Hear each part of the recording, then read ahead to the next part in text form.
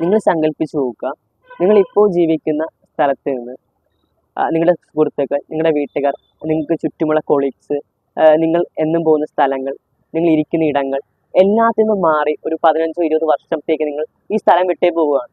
ശേഷം 20 വർഷങ്ങൾക്ക് ശേഷം നിങ്ങൾ ഒരു വലിയ ഉത്തരവാദിത്വമായിട്ട് ഇതേ സ്ഥലത്തേക്ക് തിരിച്ചു വരികയാണ്. എന്തായിരിക്കും നിങ്ങളുടെ ഒരു അവസ്ഥ എന്ന് പറയുന്നത്? അങ്ങനെയുള്ളൊരു വ്യൂയിലൂടെ കടന്നു പോകുന്ന ഒരു നോവലാണ് റോയ് ചേട്ടൻ എഴുതിയ ഏകാകിയുടെ സങ്കീർത്തനങ്ങൾ എന്ന് പറയുന്ന നോവൽ.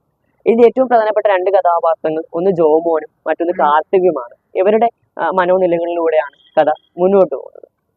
ഇതിന്റെ ഒരു ആശയം എന്ന് പറയുന്നത് നമുക്ക് നമ്മുടെ ഇന്നത്തെ സമൂഹമായി ചേർത്ത് വെക്കാൻ കഴിയുന്നതാണ്. നമുക്കറിയാം, നമ്മുടെ നാട്ടിലെ ഏറ്റവും നല്ല കാര്യം എന്ന് പറയുന്നത് വികസനമാണ്. നമ്മളെപ്പോഴും വികസനത്തിന് മുന്നോട്ട് നിൽക്കുന്ന ഒരു ജനവിഭാഗമാണ്. സ്വാഭാവികമായിട്ടും ഗ്രാമങ്ങൾ വികസിച്ച് നഗരങ്ങളാകുന്ന ഒരു കാഴ്ചപ്പാട് വർഷങ്ങൾ കൊണ്ട് ഇവിടെ ഉണ്ട് എന്നതാണ്. നിങ്ങൾ എപ്പോഴും ആലോചിച്ചിട്ടുണ്ടോ, ഒരു നഗരമാകുമ്പോൾ അവിടെ ഉണ്ടായിരുന്ന അടിസ്ഥാനപരമായിട്ടുള്ള മനുഷ്യർ, അതിപ്പോൾ തെരുവിൽ അന്തി ഉറങ്ങുന്ന കൂരകളില്ലാത്ത മനുഷ്യനായിക്കോട്ടെ, തെരുവിൽ കച്ചവടം ചെയ്ത് ജീവിക്കുന്ന മനുഷ്യനായിക്കോട്ടെ, ഏത് മനുഷ്യനുമായിക്കോട്ടെ, അങ്ങനെയുള്ള മനുഷ്യർ ഒരു വികസനം വരുമ്പോൾ, സ്മാർട്ട് സിറ്റി പോലുള്ള ഹൈടെക് പദ്ധതികൾ വരുമ്പോൾ ആ നഗരത്തിന്റെ ചുറ്റുപാടിൽ നിന്നും പുറത്താക്കപ്പെടുന്ന ആ മനുഷ്യൻ എന്ത് ചെയ്യുമെന്ന് നിങ്ങൾ ആലോചിച്ചിട്ടുണ്ടോ? നമ്മുടെ സമൂഹത്തിന്റെ പ്രശ്നം എന്ന് പറയുന്നത് എപ്പോഴും ഭൂരിപക്ഷ ചിന്തയോട് കടന്നു പോകാനുള്ളൊരു മനോഭാവം നമുക്ക് എല്ലാവർക്കും ഉണ്ടെന്നുള്ള.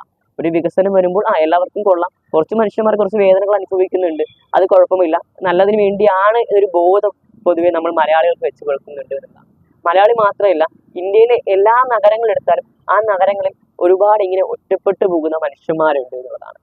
സ്വാഭാവികമായിട്ടും ഈ വികസന പദ്ധതികൾ മുന്നോട്ട് വെക്കുമ്പോൾ ഇങ്ങനെയുള്ള എല്ലാ മനുഷ്യന്മാരെയും ചേർത്ത് പിടിക്കണമെന്ന ആശയവുമായിട്ട് ചേർത്ത് വെക്കാൻ കഴിയുന്ന ഒരു പുസ്തകം കൂടിയാണ് ഏകാകിയുടെ സങ്കീർത്തനങ്ങൾ.